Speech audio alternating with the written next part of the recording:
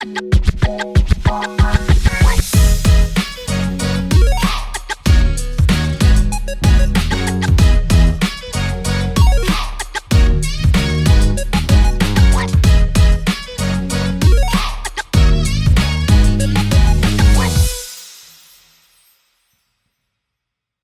tout le monde, c'est Clemenco. On se retrouve pour une vidéo, une courte vidéo qui n'était pas prévue, parce que c'est vrai que les infos et les portraits sont tombés, voilà, comme ça, sans nous prévenir, comme un cheveu sur la soupe, mais un cheveu plutôt agréable, parce que du coup, on a eu pas mal d'infos sur la saison qui arrive bientôt. On a les portraits, plusieurs infos, etc. Donc on se retrouve pour cette vidéo où je vous raconte un petit peu les nouvelles infos qu'on a sur la saison et également le casting, puisqu'effectivement le casting a été dévoilé. Donc je suis plutôt excité de vous donner mon avis sur le casting, sur ce nouveau casting, et il y a beaucoup de candidats puisqu'ils sont 24. Alors pour certains ça fait beaucoup, moi ça me dérange pas trop, mais c'est vrai que bon, à cause du fait qu'ils soient 24, effectivement on a des fois des candidats fantômes. On verra si ce sera le cas dans cette saison, mais en tout cas je suis content de vous retrouver pour cette nouvelle saison. C'est ma deuxième vidéo sur la tribu maudite, la nouvelle saison qui arrive fin août, puisqu'effectivement ça arrive le 20 août et ça reprend le mardi. Alors je sais que pour certains ça fait chier, gna gna gna, le mardi c'est relou, machin, etc. Moi perso, je suis content parce que je vous avoue que si c'était le vendredi, moi les reviews je pourrais pas les faire en temps et en heure, et du coup ça serait un peu compliqué. Voilà, logistiquement c'est mieux pour moi que ce soit le mardi. En tout cas je suis ravi de vous retrouver, je suis content que vous soyez là, donc vraiment merci. Sans vous je ne suis rien. La chaîne essaye de recréer tout ce qu'elle avait créé avant dans les temps de Clemenco. On est presque à 700 abonnés, on s'accroche, on est toujours là, on lâche rien. En tout cas merci, sans vous je ne suis rien et je ne ferai rien, donc vraiment merci. Si vous ne voulez pas louper les prochaines vidéos de Clemenco, qu'est-ce qu'on fait? On s'abonne à la chaîne, parce que c'est bien de regarder les vidéos mais il faut s'abonner, sinon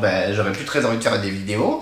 Donc on n'hésite pas à s'abonner, on déclenche la cloche de notification si vous ne voulez rien louper. Vous pouvez vous perdre dans les communautés, il y a des posts, etc. Donc on n'hésite pas à être curieux. Vous pouvez également mettre un pouce bleu à la vidéo, ça fait toujours plaisir. En tout cas moi ça me fait plaisir. Je suis sur les réseaux sociaux, je suis sur Instagram, donc on n'hésite pas à me follow. Et donc c'est parti, on part à la découverte des candidats de cette saison. Il y en a 24, il y en a deux qu'on connaît déjà, on en a déjà parlé dans la première vidéo. Et puis aussi donner les petites infos qu'on a pour l'instant, parce qu'on a eu quelques petites infos en plus, rien de très croustillant, mais au moins ça avance. Et surtout on a découvert tous les nouveaux candidats. Donc c'est parti, let's go, voici mon avis sur le casting de Koh-Lanta, la tribu maudite. Alors avant de vous dévoiler mon avis sur chaque candidat de cette saison, Koh-Lanta, la tribu maudite, qui commence le 20 août 2024, ce sera les mardis, donc je vous donne plein d'infos comme ça, pratiques pour vous. D'ailleurs si vous voulez voir les portraits, on n'hésite pas à aller sur TF1+, le nouveau nom du replay de TF1, donc n'hésitez pas à y aller, il y a tous les portraits, ils sont courts mais ils sont intenses. Donc avant de vous dévoiler mon avis, effectivement je voulais un petit peu vous parler de la saison, j'en avais déjà parlé dans une première vidéo, d'ailleurs le lien est dans la description, parce que je vais pas me répéter. On a eu quelques infos en plus, puisqu'effectivement,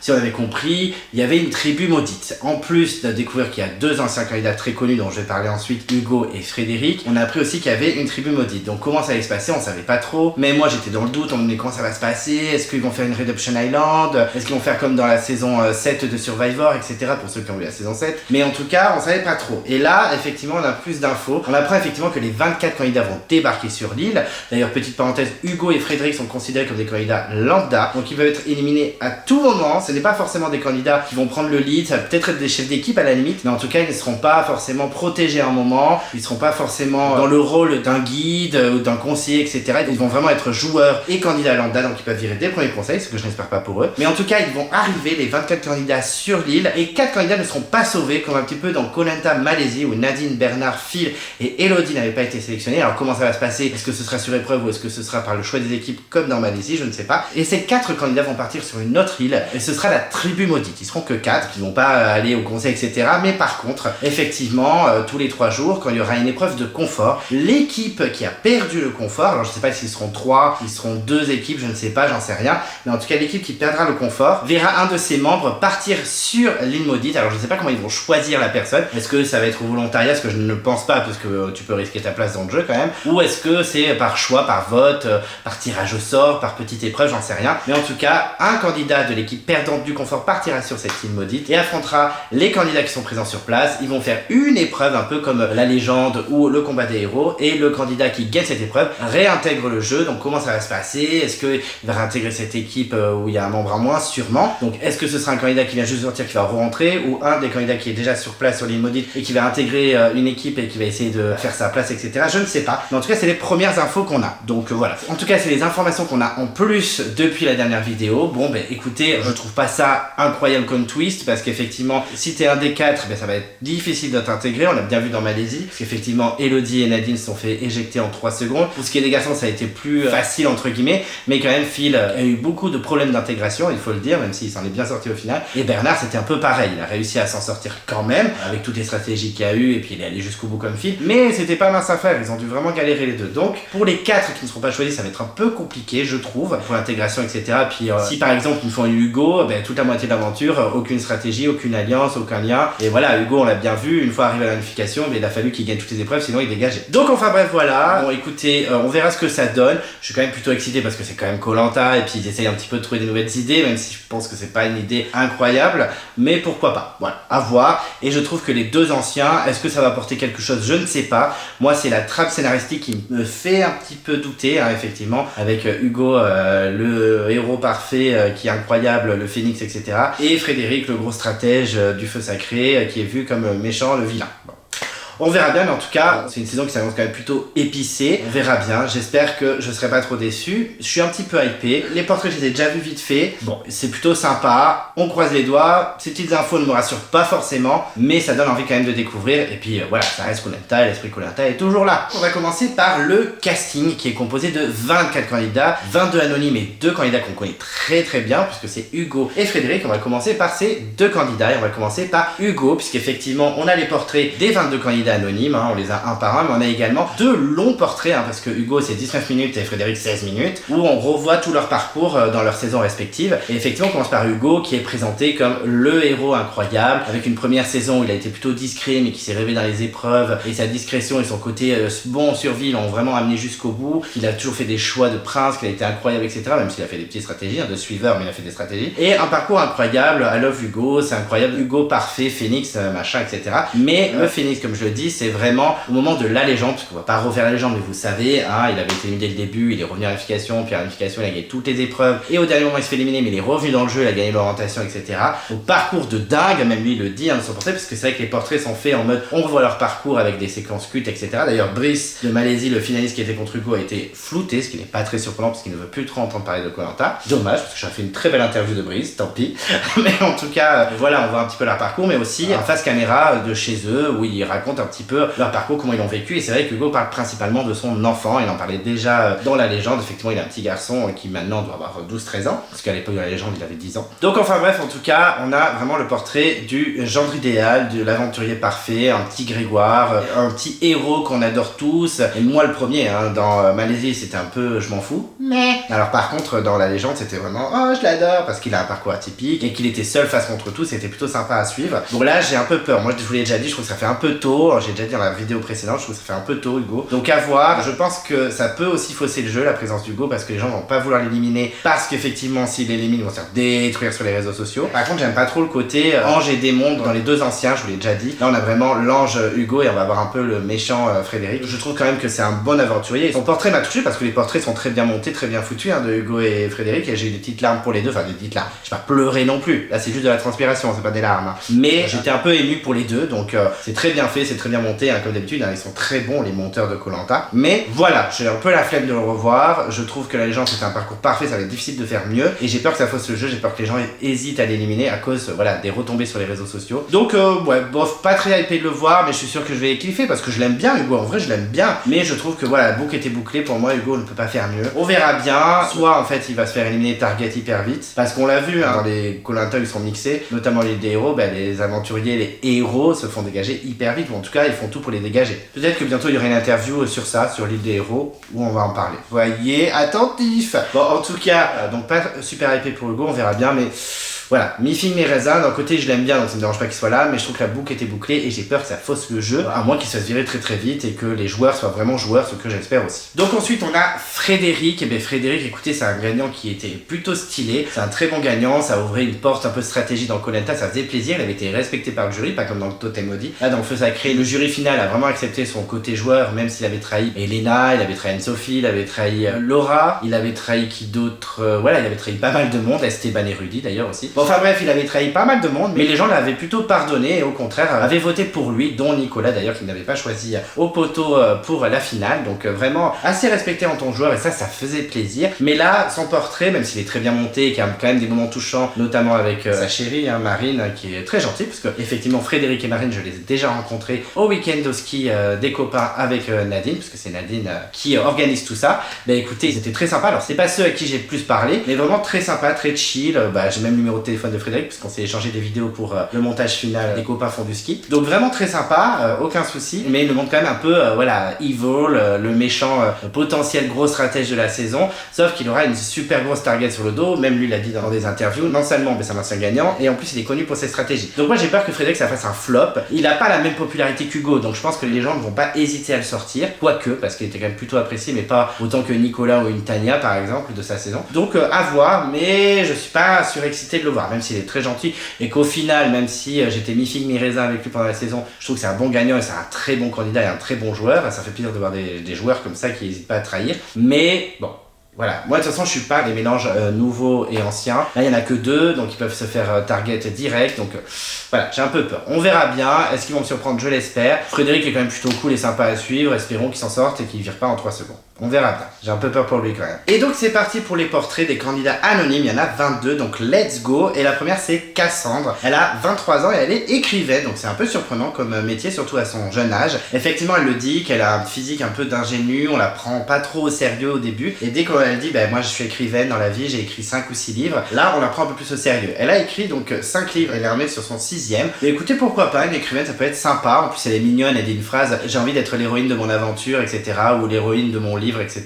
J'ai trouvé ça plutôt sympathique. Mais écoutez, c'est très court les portraits, comme je le dis à chaque fois que je donne mon avis sur les portraits. C'est très court, mais écoutez, elle est plutôt cute, plutôt mignonne. Et c'est vrai qu'elle fait petite nana qui va être sur le côté. Mais faut se méfier, faut se méfier, parce qu'effectivement, moi elle me rappelle un petit peu Émilie de Vanuatu. Alors, est-ce qu'elle aurait le même profil? Ça se trouve pas du tout. Mais la nana un peu, voilà, plutôt jolie, plutôt sur le côté, plutôt pain beige, et en fait, très réfléchie et qui peut retourner le game. Étant donné qu'elle est écrivaine, elle peut avoir plein d'idées dans la tête, plein de scénarios possibles, donc ça peut être très sympa. Et elle peut être sous-estimée et donc surprenante, un peu à la Cindy par exemple, qui était complètement sous-estimée et qui a retourné je ne sais combien de conseils. Donc pourquoi pas, elle a le même prénom que Cassandre, c'est une candidate de Thaïlande que je n'aime pas du tout, mais bon, elle peut surprendre quand même. Écoutez, je suis plutôt curieux, je regarde là parce que c'est mon ordi, comme d'habitude, mais en tout cas je suis plutôt curieux, elle est plutôt mignonne, elle peut déjouer certains plans, elle peut séduire, elle peut dragouiller quelques garçons en mode ouais, moi je suis avec toi, et en fait la foutre à l'envers, donc ce serait plutôt sympa. En tout cas, voilà, je suis pas forcément hypé de malade, j'ai envie de me rouler par terre, mais je pense que son côté, voilà, un peu ingénu, elle est jeune en plus, elle a 23 ans, donc elle peut se faire passer pour une meuf manipulable alors que pas du tout. D'un côté je suis pas hypé de ouf, mais d'un autre côté elle peut être une petite surprise, donc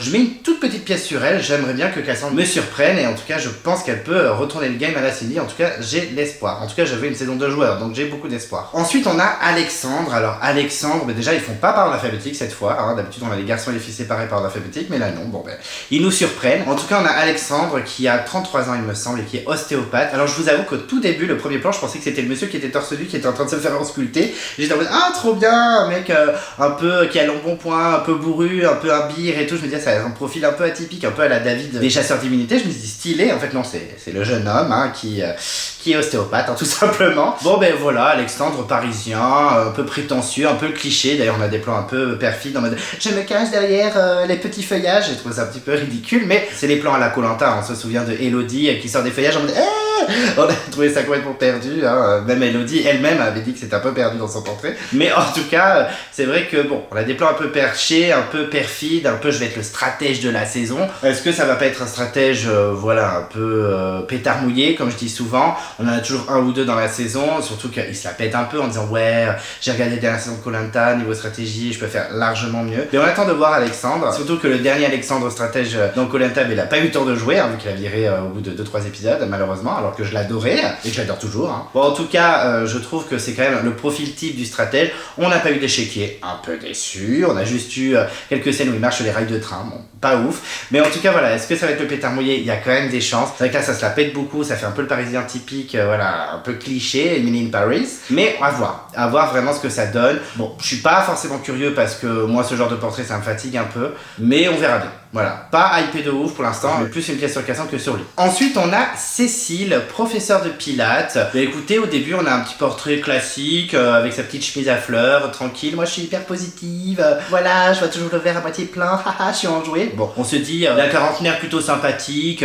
Bon, pas mère de famille parce qu'elle n'a pas d'enfant. Alors peut-être qu'elle en a, mais elle en a pas parlé dans son portrait. Mais en tout cas, voilà, la nana un peu lambda, un peu madame tout le monde, tranquille. Et en fait, on apprend que pas du tout. Parce que, bon, elle est prof de pilates, donc sympa. Hein. C'est une petite sportive très clairement. Mais pas que, parce qu'effectivement, elle fait du tir à la carabine. Notamment 60 balles couchées. Alors je ne connaissais pas du tout. Donc clairement, il faudra pas avoir Cécile contre soi au niveau du tir à l'arc. Après, c'est pas tout à fait la même chose parce que Cécile ne pourra pas tirer ses flèches couchées. Mais je pense qu'elle sait très bien viser. Donc clairement, elle peut être forte parce qu'effectivement, en l'espace de 2 ans, comme elle le dit, elle a été dans des championnats. Donc on sent que c'est une sportive vénère. Alors sur le parcours du combattant, elle peut ne pas performer, mais en tout cas sur certaines épreuves, elle peut être colère. Donc une petite sportive. Ça faisait 2 portraits, on n'avait personne de sportif. En tout cas, il ne le montrait pas dans le portrait, Cassandre et Alexandre. Donc là, Cécile, à voir. Je trouve ça plutôt rigolo le côté je suis une bonne vivante, je suis madame tout le monde, et à côté papa, je suis tireur d'élite. J'exagère, mais c'est un peu ça. Donc plutôt intéressé par Cécile. En tout cas, elle peut amener de la surprise, que j'espère, parce que c'est vrai que c'est un peu comme Cassandre, on peut se dire oh là là, bon, c'est la meuf un peu classique, pas sportive pour un sou, et en fait, elle peut se révéler sur certaines épreuves. Il faut viser des trucs, faire des tirs, l'équilibre, elle peut être forte aussi, donc elle peut surprendre. Donc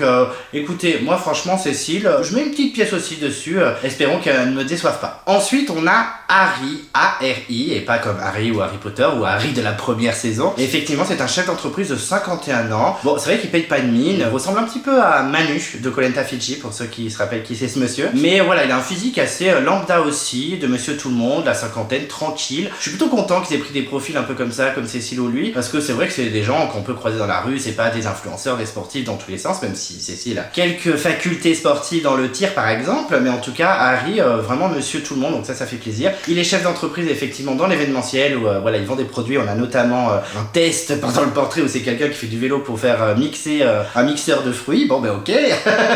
On a même la petite musique derrière en mode bon ben c'est atypique hein, clairement. Il dit hein, on leur vend de l'originalité. Donc là clairement c'est de l'originalité, hein, très clairement on peut pas lui enlever. Mais il a l'air plutôt sympathique ce Harry, moi il m'inspire confiance, ça a l'air d'être le doyen plutôt gentil. Bon 51 ans doyen ça fait un peu mal, mais effectivement c'est le doyen plutôt sympathique. Il dit clairement que physiquement et sportivement c'est pas machine, il le dit, hein, je vais pas faire peur sportivement. Mais par contre mon intelligence peut combler le manque d'aptitude sportive et clairement je suis d'accord avec lui, il peut vraiment surprendre au niveau des stratégies, il peut être un mastermind, à voir, est-ce que ce sera un stratège le Harry, mais en tout cas il a un physique très doux, très gentil, on a envie de lui faire confiance, on a envie de lui tendre la main, on a envie peut-être d'être en alliance avec lui. Je pense pas que ce sera un gros méchant, mais après par exemple Bernard de Malaisie c'était en mode oh petit papy Bernard, et en fait il était so perfide.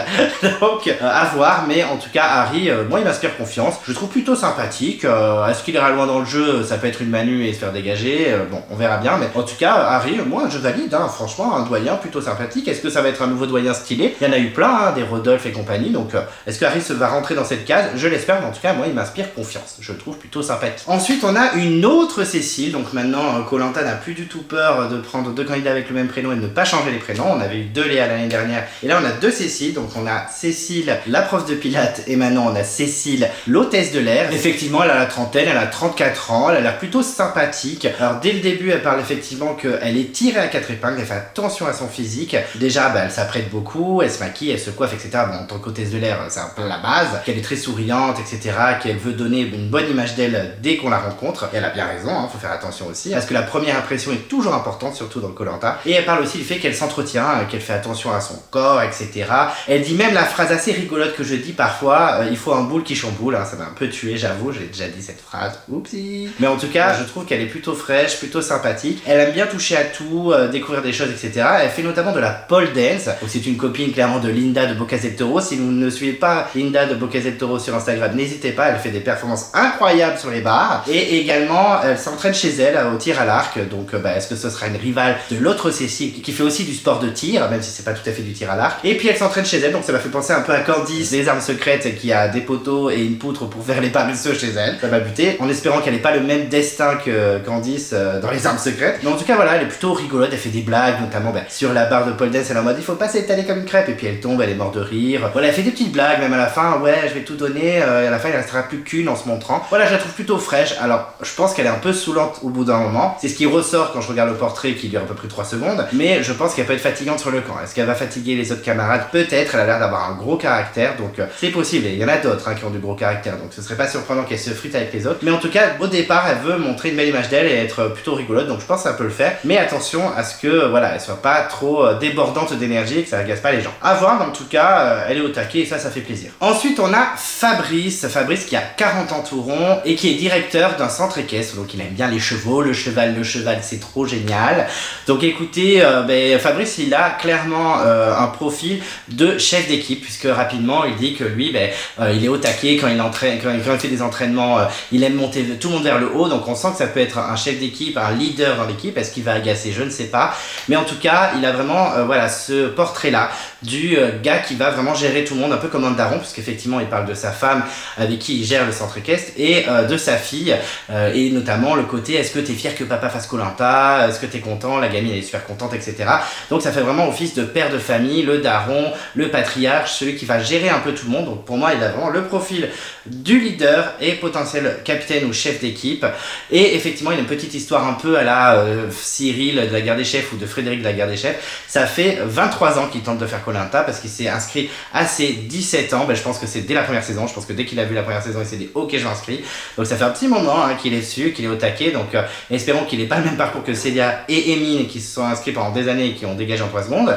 Mais en tout cas voilà, c'est un portrait plutôt intéressant. Est-ce que ça va pas être un pétard mouillé parce qu'il va saouler tout le monde à vouloir diriger? Après il a pas l'air d'être un monstre d'autorité, de charisme, en mode je vais tous vous fracasser, c'est moi qui décide et puis c'est tout. Donc je pense qu'il va faire profil bas en mode tranquillou et après il va un peu prendre le lead. Donc c'est assez intéressant, en tout cas il a vraiment ce profil là. Le côté avec sa fille c'est plutôt mignon et la volonté de faire Koh-Lanta depuis des années c'est plutôt assez magique. On se dit il réalise enfin son rêve, un projet qu'il avait depuis des années, donc pourquoi pas. J'ai un peu peur que ça floppe, on verra bien, mais Fabrice peut se révéler ou faire le mec un peu discret comme Gilles par exemple du Feu Sacré, qui faisait le mec tout gentil, tout discret, fort dans les épreuves et qui aurait pu très loin, ou un Jean par exemple des chasseurs d'immunité. À voir, mais en tout cas son profil reste assez intéressant. On verra s'il rentre dans la case que j'ai définie selon ce que j'ai vu, on verra, mais en tout cas je pense qu'il peut aller très loin, ou alors ça peut être le flop total direct. Pour moi il y a c'est tout ou rien, c'est soit il vire très vite, soit il va très loin dans le jeu. On verra bien, on verra quand on réécoutera cette vidéo à la fin de l'année. Ensuite on a Charlotte qui est plutôt intéressante. Déjà c'est une belge, ça fait plaisir d'avoir des belges chez nous. C'est vrai que les profils sont plutôt atypiques, ils viennent de tous les horizons, parce qu'on aura aussi un suisse, donc ça fait plaisir. On a vraiment de toutes les origines, ça j'adore ça. Et Charlotte voilà, elle a un physique plutôt sympathique, j'ai beaucoup aimé le bandana, je trouve que ça lui va très bien, elle est très jolie. Elle a 28 ans et elle est médiatrice jeunesse, donc elle définit le boulot entre Pascal le grand frère et Super Nanny, donc ça m'aide. Déjà Super Nanny c'est une queen, je l'adore. Sylvie si tu m'entends, je t'aime. Je l'adore, je la kiffe trop, Super Nanny. Même si j'aimais bien l'ancienne Cathy, mais j'adore Sylvie. Et parce que le grand frère, j'ai jamais trop regardé, mais je vois un petit peu ce que c'est. Donc ça m'a fait rire un petit peu comment elle parle de son travail. Et elle parle effectivement aussi de la boxe, je crois que c'est la boxe style qu'elle fait, qui effectivement lui a permis de se canaliser un petit peu, parce qu'elle dit je voyageais beaucoup, j'allais dans tous les sens, je m'éparpillais. Là ça m'a permis de me canaliser, etc. Donc elle a l'air d'avoir une belle personnalité, assez pétillante. On sent que ça va pas être une fille transparente, bien au contraire. Moi je l'ai trouvée hyper mignonne, la Charlotte, hyper cute, franchement au top. Je valide fortement son portrait. Elle a vraiment un objectif, c'est de remporter Koh-Lanta, donc on sent qu'elle va être déterminée, qu'elle va potentiellement pas abandonner. Après on a des profils des fois en mode j'abandonnerai jamais. Ok, ça va abandonner en 3 secondes. Bisous Charlie. Enfin bref, mais tout ça pour dire qu'elle est plutôt intéressante et elle me donne envie de la connaître. J'ai bien aimé son portrait, il était très court comme les autres, mais le peu que j'ai vu, franchement, elle donne envie. Et puis j'ai l'impression qu'elle est plutôt rigolote et un humour qui peut largement me plaire. Donc Charlotte, je la surveille de près. C'est peut-être pour l'instant, tous les portraits que j'ai décrits dans cette vidéo, pour l'instant, c'est potentiellement ma préférée. Après, il y en a peut-être d'autres qui vont encore plus me plaire, mais Charlotte, j'aime beaucoup. Ouais, j'aime beaucoup la Charlotte. Ensuite, on a Gustin, j'espère que ça se dit comme ça, parce que je crois qu'il dit pas son prénom, donc Gustin, je dirais, qui est suisse. Alors Gustin, Gustin, il est assez atypique parce qu'il a un accent hyper prononcé. Alors je connais pas l'accent suisse, donc je ne mettrai pas ma main au feu que c'est l'accent suisse, mais je suppose. Et c'est vrai qu'on a l'impression qu'il parle un peu comme un robot. C'est un peu étrange comment il parle, c'est même pas l'accent, c'est vraiment la façon dont il parle, comment c'est condensé les phrases. Je m'appelle Gustin et je suis maître nageur en Suisse. Ça m'a dead. Est-ce qu'il va parler tout le temps comme ça ou est-ce qu'il était juste stressé par la caméra? Je ne sais pas, mais c'est assez atypique. C'est pas forcément négatif ce que je dis, c'est plutôt rigolo la façon dont il parle. C'est un peu comme Olga du Totem Maudit, j'adorais comment elle s'exprime avec son accent, je trouvais ça hyper fascinant, hyper joli. Et lui, c'est plutôt atypique, hein, c'est un peu étrange, mais je me dis qu'on peut avoir de bons moments avec lui. Après, son profil ne m'intéresse pas du tout. En mode, je suis en pro de la survie, voilà, je sais trouver des plantes, je sais faire du feu, je sais faire ma petite grillade et ensuite dormir à la belle étoile. Bon, flemme. En plus, il est militaire puisque son service militaire en Suisse, alors que il a 26 ans, je crois. Il est encore en mode service militaire. Bon, je connais pas les âges exactement, mais je trouve ça tard quand même. Effectivement, la fréquence est 1 mois par an. Là, ça fait 6 ans qu'il le fait et il est devenu tireur d'élite. Donc là, il va avoir un gros battle entre la Cécile qui fait du tir à l'arc chez elle, entre la Cécile qui est en mode 60 balles couchées, je vais tout fracasser, et lui, tireur d'élite. L'épreuve du tir à l'arc, ça va vraiment péter des câbles. Espérons que les trois sont toujours là. Il a l'air déterminé. Il dit ouais, ça me fait pas peur Koh-Lanta. Moi, la nature, j'adore. Un mec de la nature, il dit j'appelle ça le bonheur en mangeant sa petite saucisse grillée. Donc honnêtement, le Gustin, je pense que ça peut devenir un personnage assez atypique de Koh-Lanta. Je peux comprendre qu'il l'ait pris au casting parce que la façon dont il parle, la façon dont il a l'air déterminé, il a des notions en survie. Donc c'est un personnage assez atypique. Moi, il m'intéresse pas trop du côté survie, militaire, tireur d'élite, ça me gonfle un peu. Mais par contre, je pense qu'on peut avoir des scènes épiques à surveiller de près. Mais la façon de parler comme un robot, ça m'a dead. Je suis curieux, mais je suis pas non plus emballé de ouf. On verra bien si je serai surpris par ce genre de personnage qui d'habitude ne me... Voilà, soit ils me font pas rire, soit ils m'intéressent pas. Là, il peut me faire rire. On verra bien. Est-ce qu'il va me faire rire malgré lui ou est-ce qu'il va être vraiment le petit rigolo de la bande? On verra bien. Mais je sens qu'il peut aussi agacer. Il a trop de notions en mode Freddy Palao. Ouais, moi je sais faire ci, faire ça, va ça. On verra bien, mais en tout cas, il a l'air grave vénère parce que service militaire plus tireur d'élite, je pense que sur les épreuves, il peut tout exploser. Ensuite, on a Emmanuel qui a 45 ans et qui est responsable qualité puisqu'effectivement, avant, elle était fonctionnaire pendant des années et elle s'ennuyait, donc elle a repris sa vie en main, elle a changé de travail du jour au lendemain parce qu'elle déteste l'ennui, elle le précise. Et surtout, on voit son côté maman puisqu'effectivement, elle est mère célibataire, je suppose, avec son grand enfant qui va sur ses 17 ans, son adolescent. Et on sent qu'il y a une belle relation entre les deux, je les ai trouvés plutôt mignons. Son adolescent, je l'ai trouvé adorable, comment il parle de sa mère, c'est trop mignon. Si tous les gamins pouvaient parler comme ça de leur maman, ça serait vraiment au top, hein, mais en tout cas, c'est un monde utopique et que je rêve, mais en tout cas, il a l'air vraiment au top ce jeune homme, il a l'air super sympa, on sent qu'il y a vraiment une vraie relation entre eux, j'ai trouvé ça plutôt touchant. En tout cas, elle est déterminée, ce qui va l'amener loin dans Koh-Lanta, c'est son côté positif, elle est toujours positive, elle est souriante, donc elle devrait bien s'entendre avec Cécile, la prof de pilates, parce qu'elles sont toutes les deux positives, donc ça peut le faire, et puis elle a vraiment envie de faire Koh-Lanta pour dépasser ses limites et voir jusqu'où elle peut aller dans une situation beaucoup plus extrême qu'elle a déjà connue, donc écoutez, c'est plutôt sympathique, c'est pas le coup de cœur. Moi, ce qui m'a vraiment marqué dans ce portrait, c'est la relation mère-fils, clairement ça m'a touch de ouf. Pourtant souvent je vous dis ouais les enfants, c'est chiant, faut pas faire Koh-Lanta pour ses enfants, mais là elle ne dit pas qu'elle va faire Koh-Lanta pour son fils, donc c'est plutôt positif. Mais j'ai trouvé plutôt cool, Emmanuel, voilà, 45 ans, prête à relever des défis, elle a changé de vie, etc. Donc je pense qu'elle peut surprendre. En tout cas pour l'instant, je ne vois pas de first boot dans ce que j'ai vu. Non, il me semble pas avoir vu de first boot, après il y en aura forcément un ou une, mais en tout cas ça ne m'a pas choqué. Emmanuel, je pense qu'elle peut briller, et elle a l'air plutôt sympathique, plutôt gentille, donc elle peut s'allier avec pas mal de monde et créer la sympathie chez pas mal de monde, donc on y croit. Mais en tout cas la relation mère-fils, moi j'ai adoré, et pourtant c'est vraiment pas mon délire d'habitude, mais là j'ai vraiment kiffé. Ensuite on a Ilyes. Alors Ilyes, c'est le petit jeune casse-cou, clairement il arrive, il est avec son vélo, il fait monter la première roue, tout ce que je déteste, j'ai toujours détesté ça. Les gens avec leur moto ou leur vélo qui font du cabri comme ça me... Je comprends pas. Voilà, et après ça tombe et mais il fait mal. Bon, en tout cas, Ilyes, c'est carrément un casse-cou, il a l'air d'avoir fait plein de trucs, saut en parachute, saut en je sais pas quoi, je monte des montagnes, à quoi, nickel, je fais des trucs de ouf et tout. Donc ça a l'air d'un petit casse-cou, il fait des triples saltos, il fait un peu de la boxe, ça a l'air vraiment un mec qui veut en découdre. C'est un petit jeune, voilà, il est vraiment tout foufou, mais pourtant j'ai bien matché avec lui, je le trouve plutôt sympathique, il est plutôt beau gosse, hein, on va pas non plus mentir. Il a également un chapeau qu'il amène partout avec lui, ça me fait penser à Laurent Afri, avec qui je suis parti en Égypte, qui avait son chapeau d'Indiana Jones. Alors c'est pas tout à fait le même chapeau, lui c'est plus le chapeau d'un pêcheur ou d'un chasseur que le chapeau d'Indiana Jones, mais il l'appelle quand même Jones par rapport à Indiana Jones. Donc on aime la référence quand même. Merci Ilyes. Voilà, on sent que ça peut être un challenge bis, il le dit clairement. Moi mon but c'est d'aller jusqu'à la réunification. À la réunification j'ai gagné toutes les épreuves, je veux rien laisser à personne. On verra si ça peut être un challenge bis, ce que j'espère pour lui. Mais en tout cas, il a une bonne énergie, il est tout jeune, tout feu, tout flamme. Espérons que ce soit pas un Alexis de l'année dernière, enfin la dernière saison. Parce qu'effectivement Alexis, on avait l'impression que c'était le nouveau Sam, il va être incroyable. Et effectivement, il n'a pas vendu trop du rêve, le pauvre, hein, il a viré assez rapidement. Donc espérons que Ilyes me surprenne, moi c'est le genre de profil que j'aime bien. Donc pourquoi pas, c'est pas forcément le coup de cœur,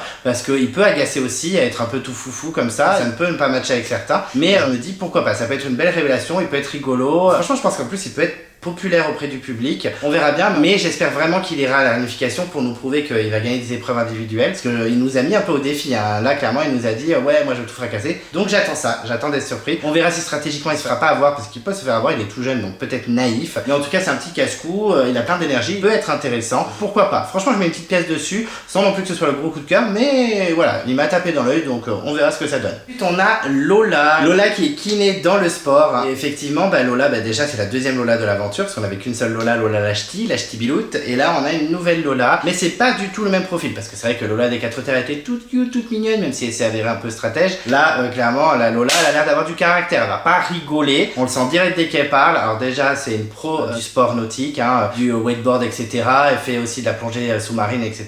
Elle dit clairement que la vie sur une île c'est clairement son délire, donc on sent qu'elle va être comme un poisson dans l'eau dans l'aventure. En plus elle a fait plein de choses, elle a fait l'humanitaire en Amazonie, elle a monté le Kilimanjaro en Tanzanie, elle a fait également de la traversée du désert, du Sahara, je sais pas quoi, enfin bref, elle est colère, elle aime les défis, elle aime le sport extrême, elle aime les gros challenges, etc. Donc je pense que Koh Lanta c'est clairement fait pour elle. Par contre on sent qu'elle a un gros caractère comme je le disais, puisqu'effectivement elle dit qu'elle a traîné que dans des milieux d'hommes et donc du coup elle se laisse pas faire. Donc je pense que ça va pas mal clasher, surtout que les autres filles d'avant déjà elles avaient des caractères aussi. Là on sent que la Lola elle peut être dans les dramas, donc moi j'adore les dramas donc aucun souci. Mais on sent que voilà elle est déterminée, que Koh Lanta c'est un nouveau défi pour elle et qu'elle va tout faire pour l'emporter, pour aller jusqu'au bout, pour dépasser ses limites. Donc ça peut être un gros personnage de la saison. Après elle peut agacer très rapidement comme une Marie Parmentier en Malaisie et sortir avant la réunification. Mais en tout cas en sport je pense qu'elle va tout donner, je pense qu'elle va être déterminée, elle va avoir le mental. C'est juste son caractère où voilà j'ai mis des doutes. Effectivement c'est un trop gros caractère, qu'elle ouvre trop sa bouche et elle dit clairement qu'elle n'a pas de tact. Ça va être compliqué ma Lola, mais franchement, pourquoi pas. Je suis pas forcément séduit par le personnage, par le profil. Je pense qu'elle peut m'agacer, effectivement, je pense que devant ma télé elle peut m'agacer, mais elle peut surprendre et elle peut aller très loin. C'est un peu une Elena du feu sacré, mais avec un tout petit peu plus de caractère, donc on verra. En tout cas, j'espère qu'elle va faire des étincelles et je compte sur elle pour ça. Ensuite, on a Jacques. Alors Jacques est danseur, il a 38 ans, et effectivement, il a un passé dans la danse assez incroyable, hein, on va pas se mentir quand même, hein. C'est vrai qu'il est assez ouf, hein, il nous fait un grand écart à la RuPaul Drag Race. J'étais en mode ok, est-ce que c'est un Mathéo en puissance peut-être, mais en tout cas il a fait des performances, j'étais choqué. Bon ben voilà, il a un passé de danse à fond, à 5 ans il a commencé la danse, après il est parti aux États-Unis, il a fait la Broadway Academy, je sais pas quoi, enfin bref une école trop vénère sûrement. Il a travaillé au Lido pendant des années et puis il a arrêté le Lido en 2022 quand le Lido a été revendu. Donc un passé de danseur assez incroyable, hein, quand on le voit danser, t'es en mode ok, très vénère le monsieur. Par contre, what the fuck, voilà, what the fuck, c'est un profil assez atypique, un peu à la Vincent des Armes Secrètes, voilà on sent qu'on va avoir des scènes épiques avec lui, il va crier dans tous les sens, ça peut être assez rigolo. Il va à Koh Lanta alors qu'on sent qu'il est pas prêt du tout, même si à la fin du portrait il dit qu'il est prêt. On sent que voilà, il est en panique de le moindre animal qu'il va croiser, il a peur de tout, il a peur des insectes, il a peur des abeilles, il a peur que dans la piscine les requins l'attaquent. Alors je ne sais pas si tu es déjà allé dans une piscine, mais il n'y a pas de requins, hein, Jacques, calme-toi. Mais c'est vrai que bon, c'est assez rigolo, on a le côté vraiment, moi j'ai un parcours de vie incroyable, je me suis battu dans ma vie, j'ai travaillé au Lido, ce qui est assez incroyable et tout. Et le côté, en fait, Koh Lanta, je sais pas pourquoi j'y vais, c'est un enfer, il y a des insectes partout, je vais péter un câble, mais c'est pas grave. En plus c'est plutôt marrant parce quand il est avec sa famille, on a son père qui amène une assiette remplie d'insectes, il essaie de les manger, c'est un enfer. Donc je pense qu'on peut avoir des scènes assez atypiques, mais je donne pas cher de la peau de Jacques. Très clairement, il va être le personnage rigolo, mais j'ai peur que stratégie ce soit 0, qu'en survie ce soit 0, qu'en épreuve à partir de l'équilibre ce soit pas ouf. J'aimerais bien qu'il me surprenne, mais je mets pas beaucoup sur la tête de Jacques, à mon avis il va sauter rapidement. Ça peut être un personnage rigolo, mais voilà, je suis pas emballé de ouf, je vais être très honnête, même s'il m'a impressionné avec son grand écart, hein, clairement j'étais en mode ok. Mais franchement, voilà, j'ai l'impression que c'est pas un profil à la Koh Lanta. Est-ce que ce sera un peu what the fuck comme Vincent? Sûrement. J'espère qu'il me surprendra, très clairement, parce que moi je le vois sortir largement avant la réunification et je sens qu'en plus, j'en ai pas parlé, mais effectivement, il fait des vidéos sur internet. Il est pseudo-influenceur, hein, parce qu'il est comédien et donc il fait des vidéos sur les réseaux sociaux, là où on voit danser en talons sur la dernière chanson de Beyoncé. Bon, est-ce que ce serait pas la prod qui allait le chercher en mode casting sauvage? Est-ce qu'il s'est vraiment inscrit dans Koh Lanta? Est-ce que c'est son rêve?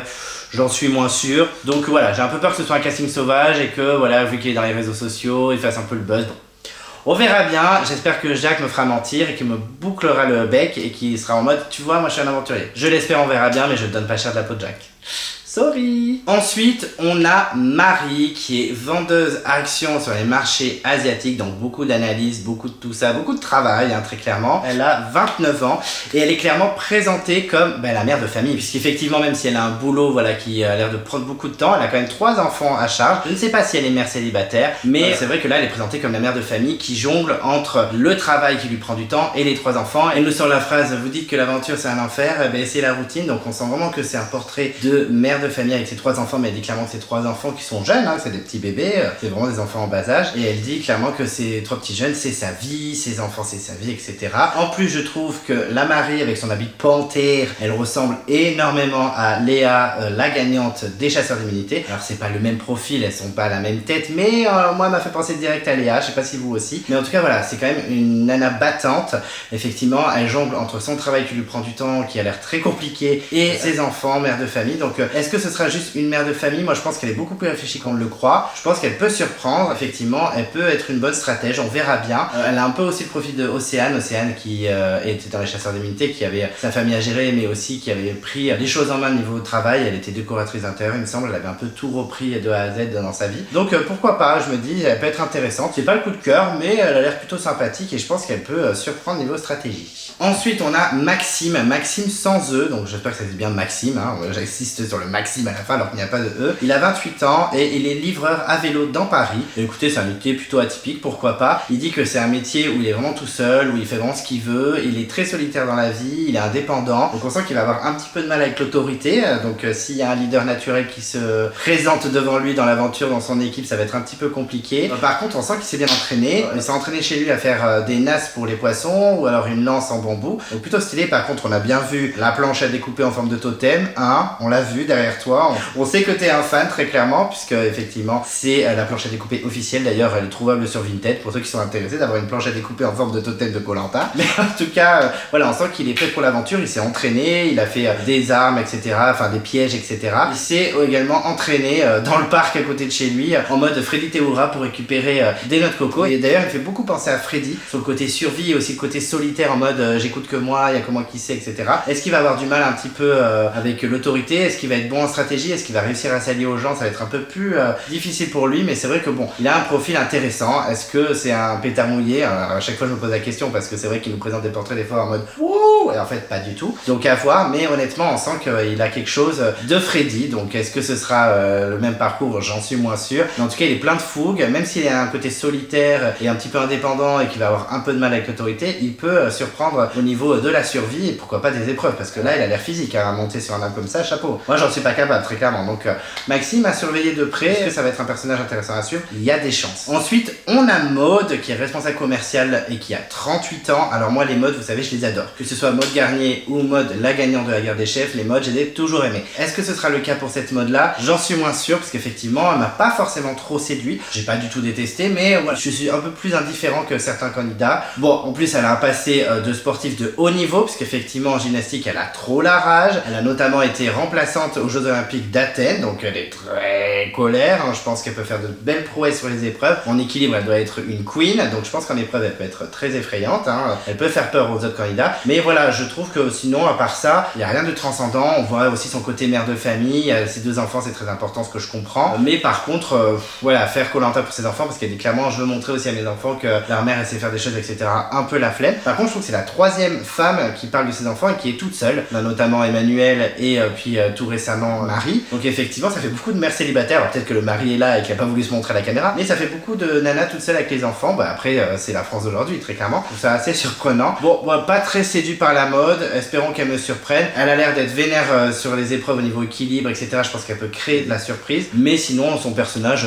pas foufou. En plus elle a une valise ou un sac rempli de médailles, et moi qui adore quand c'est super rangé, tout bien rangé, aligné, là c'était un embrouillamini de médailles, ça m'a mis colère, j'avais envie de tout ranger. Donc la prochaine fois j'irai chez Maud et on va ranger ces médailles parce que je n'en peux plus. C'est quoi ça? Oui, je suis un peu hystérique du rangement, mais en tout cas je trouve que Maud m'a pas transcendé. J'espère qu'elle va me surprendre, mais pour l'instant je reste sur ma faim. Ensuite on a Michel qui est responsable de ressources humaines et qui a 36 ans. Et écoutez, j'ai bien aimé le profil. Déjà on a un candidat asiatique, ça fait plaisir, maintenant on en a de plus en plus. C'est vrai que moi j'avais fait un coup de gueule sur les candidats asiatiques, je trouvais qu'il n'y en avait pas beaucoup. On avait Sakon, on avait Cécilia parce que son père est vietnamien, et on avait Seta. Récemment on a eu Frédéric qui a remporté les chasseurs d'immunité, et là on a Michel. Donc je suis ravi ravi parce que toutes les origines doivent être représentées, donc je suis très content. Et en plus je trouve qu'il a une bonne tête. Voilà, il fait un peu chevalier, guerrier qui va tout casser. Effectivement, on a l'impression que c'est quelqu'un de posé, qui est pas forcément sportif, parce qu'on le voit parler au téléphone, tac tac tac, travailleur. Par contre, il parle très bien anglais, donc on sent qu'il a des notions anglophones, donc ça fait plaisir. Mais il est aussi très sportif, puisqu'on le voit sur ses machines en train de faire des pirouettes, etc.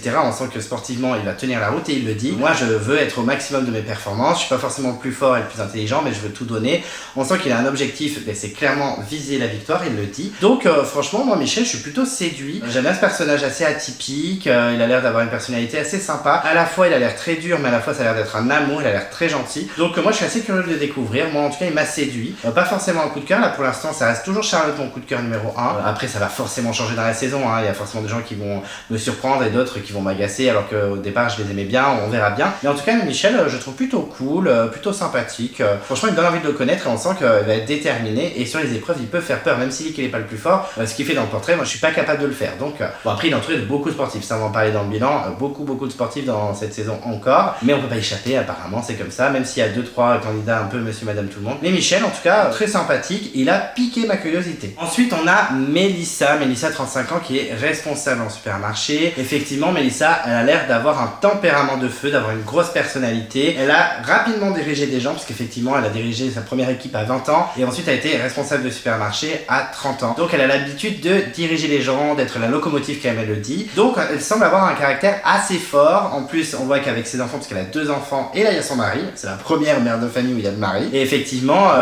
le mari dit à sa fille mauvaise perdante comme sa mère. Donc Mélissa est aussi mauvaise perdante en plus d'avoir du caractère. Elle dit que c'est un rendez-vous avec elle-même et qu'elle ne risque pas d'abandonner, qu'elle va tout donner, que même s'il faut finir en rampant, elle finira en rampant. Donc clairement on sent que la Mélissa elle va pas se laisser faire. Je pense que c'est une grande bouche. Avec des Lola etc ça peut faire des étincelles. Je pense qu'il y aura des petits dramas, des petits clashs, ce que j'adore. Espérons que ce soit pas des clashs inutiles comme au début des chasseurs d'immunité avec Alicia qui clasher tout le monde chez les rouges, espérons, mais en tout cas elle n'a pas l'air de se laisser faire, on sent qu'elle veut driver le truc et qu'elle a beaucoup de mal avec l'autorité, un peu comme Maxime, le livreur à vélo. Donc franchement elle peut foutre le bordel, mais je suis pas forcément séduit par le personnage. J'ai peur que ce soit un peu une meuf qui va faire du scandale et qui va vite sauter comme Alicia par exemple. Donc bon, on verra, est-ce qu'elle aura du mal avec la sociabilité, est-ce qu'elle va avoir du mal avec l'humain comme dirait Alicia. Donc c'est un défi, on verra bien, mais en tout cas je pense qu'elle va être déterminée, qu'elle aura le mental et qu'elle va pas abandonner, ce que j'espère. Mais quand on a ce genre de propos dans les portraits, souvent on a un petit abandon derrière, donc on verra bien. Mais bon, je suis plutôt à la fois partagé parce que vraiment j'ai envie de découvrir cette personnalité, mais à la fois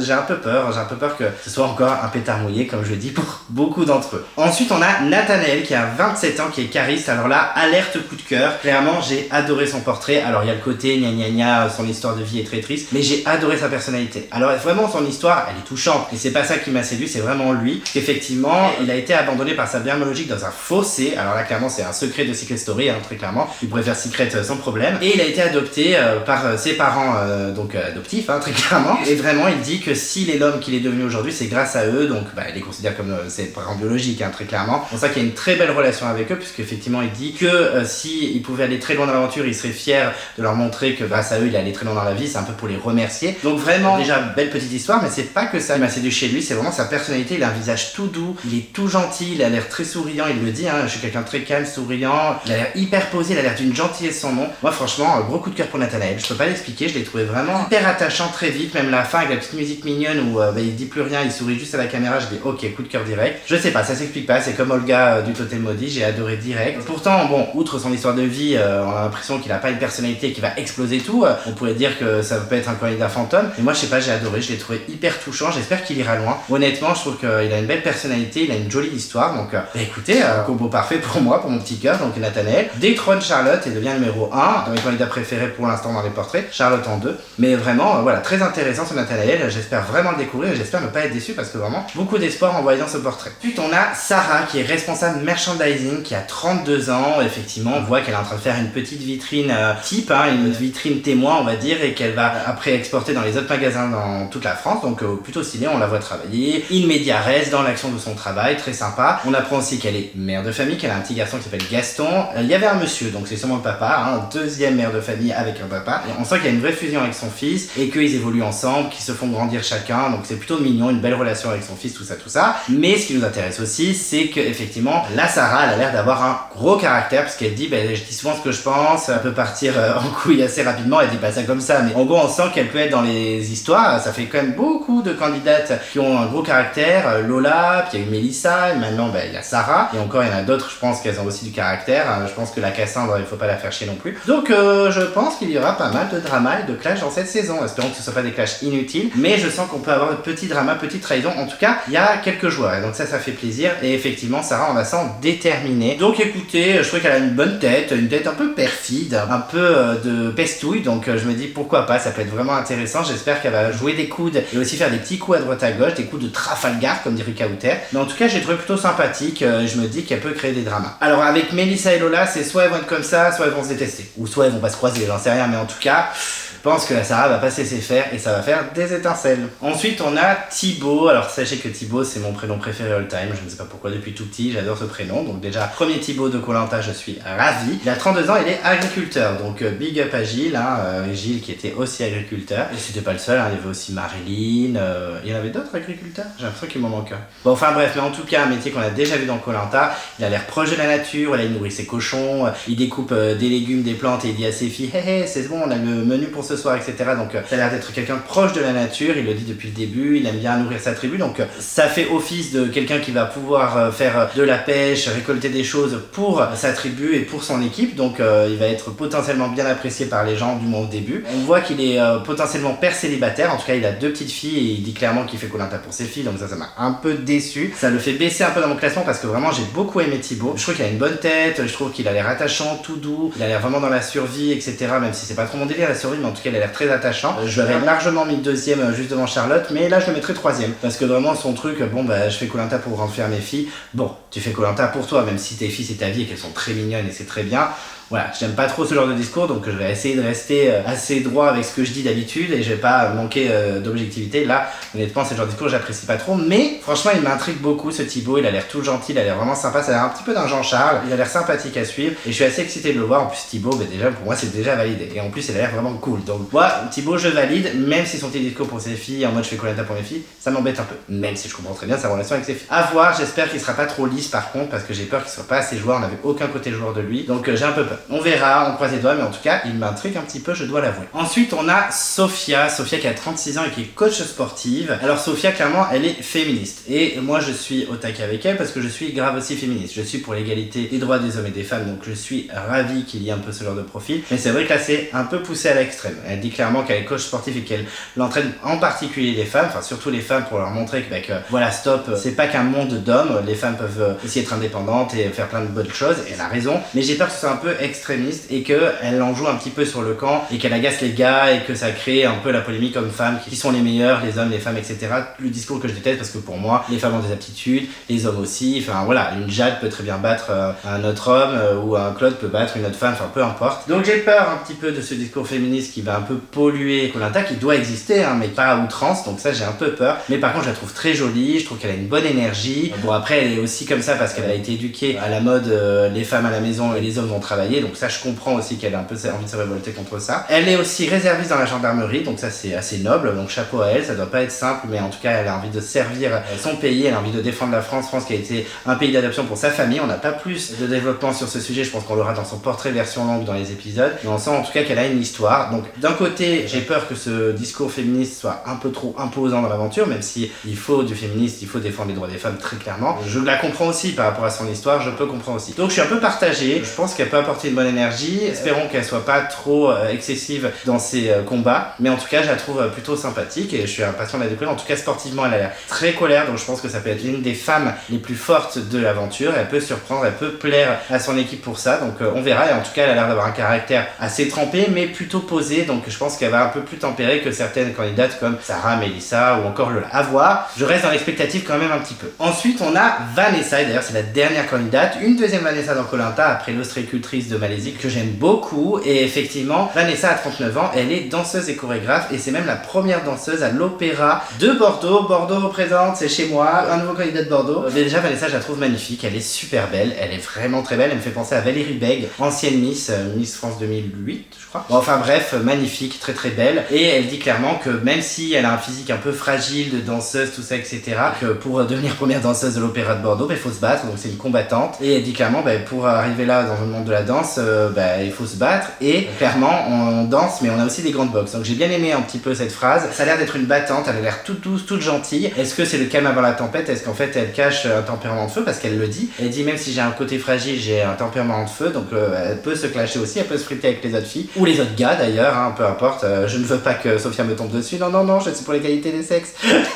Mais en tout cas, je trouve que Vanessa est assez intéressante. Elle rentre largement dans mon top 5. Alors pas parce qu'elle est de Bordeaux, mais parce que je la trouve assez fascinante, je la trouve jolie. J'ai l'impression qu'elle peut créer la surprise. On a quand même 2 danseurs cette année avec Jacques et maintenant Vanessa. Est-ce qu'ils vont se lier d'amitié et faire une alliance? Ce serait plutôt stylé. Mais franchement, Vanessa, ouais, j'aime beaucoup. Je la trouve plutôt pétillante, sympathique.